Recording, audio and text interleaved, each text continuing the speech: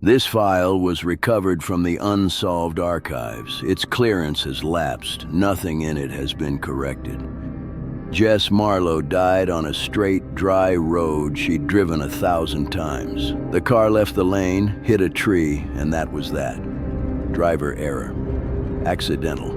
Until a mechanic, months later, pulled the dashboard to salvage parts and found a small device wired into the car's power. Not factory, not hers. It had been listening to her every move for 6 weeks. Someone had been in that car before she ever crashed it, and the car had been trying to tell us how. Accession UA-108, Division 3, Digital Forensics. The passenger. This file is open. Jess Marlow, 29. Careful driver, newish car, no drink, no phone in her hand, clear weather. One evening on the county road she'd taken home for years, her car crossed the line and hit a tree. The report wrote itself. Lost control. No other vehicle involved. But 2 machines in that car kept records nobody read for months. A device somebody hid. And a black box the car keeps on itself. First, the thing that shouldn't have been in the car at all. Exhibit A, the device. A tracker, the kind you hide to follow someone, wired straight into the car's power so it never ran out of battery.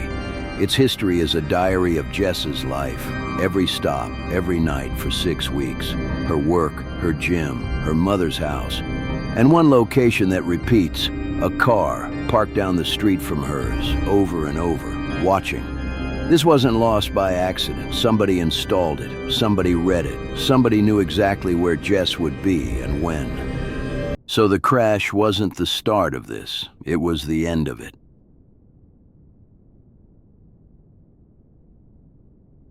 Every modern car keeps a black box. A few seconds of truth around a crash. Jess's is brutal to read. 4 seconds out, she stamps the brake pedal to the floor, and the car records what the brakes actually did. Nothing. No pressure. No slowing. She did everything right, and the car simply would not stop.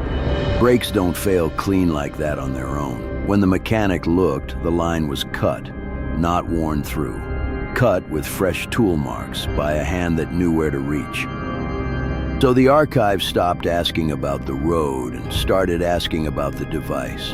That tracker phone's home to an account. Someone paid for it. Someone watched it. And on the night Jess died, a phone tied to that same account pinged the tower that covers the crash site minutes before she ever got there. Whoever followed her for 6 weeks wasn't miles away when the brakes failed. They were close enough to watch it happen. So who was the passenger in Jess Marlow's life? Not in the seat, in the data. 3 people sit close to it. The ex she'd finally cut off, who swore he'd let her go. The colleague who always seemed to be wherever she was. And the tracker's owner, a name on an account, who paid month after month to know where she slept. One of them cut a line and waited by a tower. The archive won't ask you how the car left the road. It'll ask you who was following it. The file is now in your hands. A tracker wired into her car, counting 6 weeks of her life.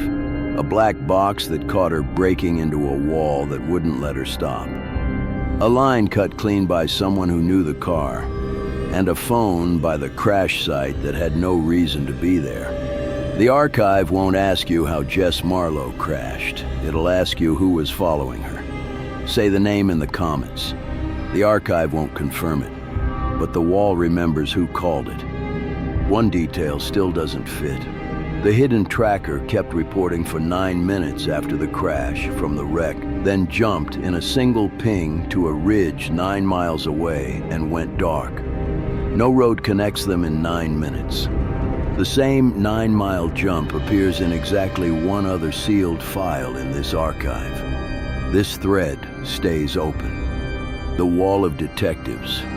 Every file, the detectives whose verdicts hold are named here, by rank, by name. The archive never tells you the answer, but the wall remembers who found it. Tonight, it's empty. Solve this file, detective. Your name goes here. This file stays open. They all do. In 7 days, the names that called it right go up on the wall, and the verdict is pinned for the ones who stayed. The full-size case files never open on this channel. They're sealed, printable investigations, and the link is below. A new file every week.